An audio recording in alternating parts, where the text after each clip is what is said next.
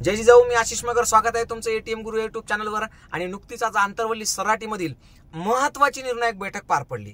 पण नेमकं आज जो बैठकीतला निर्णय झाला किंवा आज जे उमेदवार उभं करायचं की पाडायचं हिच्यासाठी जी बैठक होती त्याच्यातून जे उमेदवार उभं करायचं ठरलं, हा जो निर्णय, हा निर्णय नेमका काय आहे हे समजून घ्यायला इथल्या महाराष्ट्रातल्याच नाही तर भारतातल्या चाणक्याला सुद्धा डोकं आपटून घ्यायची पाळी आली.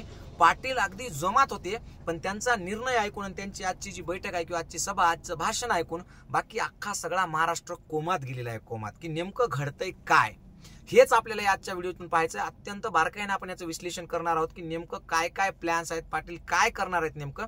पण तत्पूर्वी एक महत्वाची गोष्ट की तुम्ही एटीएम गुरु या युट्यूब चॅनलला आत्ताच्या आत्ता सबस्क्राईब करून ठेवा, कारण इतकं सुंदर स्पष्टीकरण तुम्हाला कुठेही मिळणार नाही आणि वास्तव माहिती तुम्हाला दुसऱ्या कुठेही मिळणार नाही. चला तर विषयाकडे वळूयात. आज पाटलांनी काय केलं?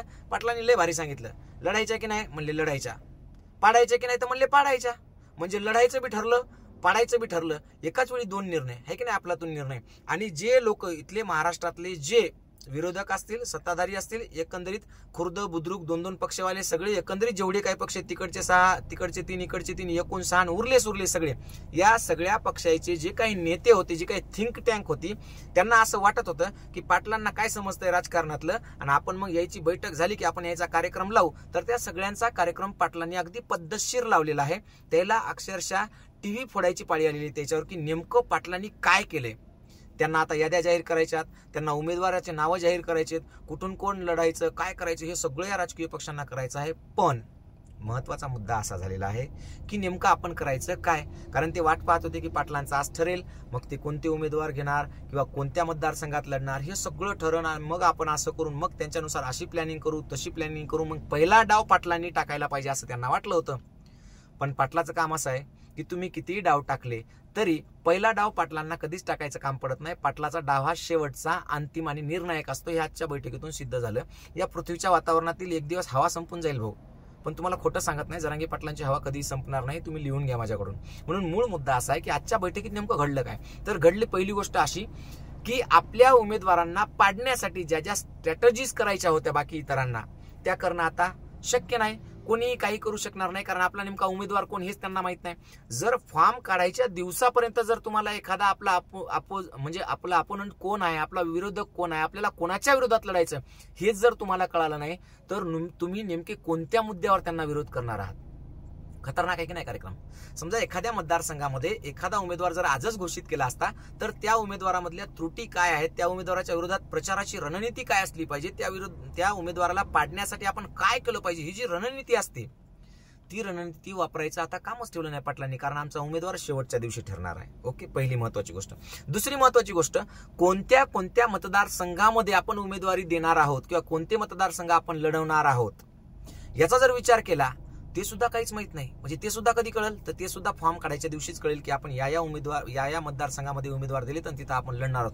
म्हणजे पाटलांच्या उमेदवार देण्याच्या पद्धतीवरून तिथली स्ट्रॅटेजी काय असली पाहिजे, तो कोणत्या धर्माचा, कोणत्या जातीचा, कोणत्या याचा उमेदवार उभा करणार आहे, त्याची ताकद काय आणि त्याच्यानुसार आपल्याला कोणता उमेदवार तिथं द्यावा लागेल, ही सगळी जी गणितं होती इथल्या तथाकथित चाणक्यांची, ती चाणक्यांची गणितं आता त्यांना अगदी म्हणजे ते चुरगाळून मुरगाळून प्यायची पाळी आलेली आहे. तरी सुद्धा याच्यातून काही बाहेर निघणार नाही. तिसरा महत्वाचा मुद्दा की पाटलांसोबत कोण कोण आहे. असं त्यांना वाटायचं की चला आता पाटलांसोबत कोण कोण आहे, कोण कोण त्यांच्यासोबत जाणार आहे, त्या सगळ्यांना आपण कॅच करू, त्यांना आपण फोडू, त्यांना आपल्याकडे घेऊ किंवा काहीतरी करून पाटलाची ताकद कमी करू. भाऊ, पाटलासोबत कोण आहे हे कळायला सुद्धा पाटलांनी कवडीचाही चान्स दिला नाही, इतकुशी सुद्धा सांद सोडली नाही. पाटलाचं म्हणणं आहे आपण जराशी सांद सोडली की मग त्याच्यात पहार घुसते, त्याच्यापेक्षा सांदच सोडायची नाही. म्हणून पाटलांनी बिलकुल सांद सोडली नाही. पाटलांनी असं कळूच दिलं नाही की आजच्या घडीला त्यांच्यासोबत कोण आहे. पण पाटलांनी एक गोष्ट मात्र स्पष्ट केली की पुढच्या 4-5 दिवसामध्ये मी सगळी समीकरणं जुळवणार आहे. मग खरा अडाणी कोण महाराष्ट्रातला, खरा चाणक्य कोण महाराष्ट्रातला, खरा राजकीय तज्ञ कोण महाराष्ट्रातला, असे लय आले, लय गेले, गोंडसबाळ आले, ते आणखी कोण आलं, आणखी कोण गेलं, ते येडं आलं, शहाणा आलं, सगळ्याला सगळे आले, सगळ्याला सगळे गेले. पण इथं फक्त आणि फक्त एकच कार्ड चालणार, एकच फॅक्टर चालणार आणि ते म्हणजे जरांगे फॅक्टर चालणार आहे. आणि सगळ्यात महत्वाचं म्हणजे तुमचे जिथं विचार संपतात ना, जी लोक पिढ्यानपिढ्या राजकारणात आहेत, जी लोक पिढ्यानपिढ्या या राजकारणाच्या माध्यमातून आपल्या स्ट्रॅटेजीज ठरवतात, आपले प्लॅन ठरवतात, त्या सगळ्यांना आज अगदी पाटलांनी फक्त 2 शब्दात कोमात घातलं. ते 2 शब्द कोणचे? सगळ्याला सगळेजण फॉर्म भरा आणि फॉर्म काढायच्या दिवशी मी सांगेल कोणाचा ठेवायचा, बस विषय खलास. तुम्ही या 2 शब्दाच्या भोवती कितीही चक्रा घेतल्या, कितीही खेटे घेतले तरी तुमच्या हातात काहीही लागणार नाही. कोळसा किती उगाळा काळाच म्हणल्यासारखं अख्ख्याच्या अख्ख्या पक्षांनी जरी याच्यावर कितीही विचारमंथन केली तर काहीच मिळणार नाही. म्हणून महत्वाचा मुद्दा असा आहे की या आंदोलनातून किंवा या आजच्या बैठकीतून काय समोर आले, तर समोर एक गोष्ट आली की गरजवंत मराठ्यांसाठी मराठा समाज आता निवडणूक लढणार आहे. मुळात तुम्हाला सांगतो की या महाराष्ट्रातल्या मराठ्यांचं रक्त जे आहे ते लढाऊ बाण्याचं आहे. त्यांना लढण्याची पहिलेपासून त्यांची वृत्ती आहे आणि या वृत्तीला मुरड घालणं शक्य नाही किंवा त्यांना घरात बसवून ठेवणं नाही शक्य नाही, हे पाटलांना कळालं आणि म्हणून मग त्यांनी हा निर्णय घेतला. म्हणजे आता परत एकदा आम्ही लढायला सज्ज झालो. पण या आणखी बैठकीतला महत्वाचा मुद्दा त्यांनी सांगितलाय की हिंदुत्वाचं नाव घेऊ घेऊ ज्या पद्धतीने आपल्याला वापरल्या जाते ती पद्धत चुकीची आहे. पाटलांनी सांगितलं आम्ही सुद्धा हिंदू आहोत. पाटलांनी सांगितलं चुकलं तर कोणालाच माफी नाही.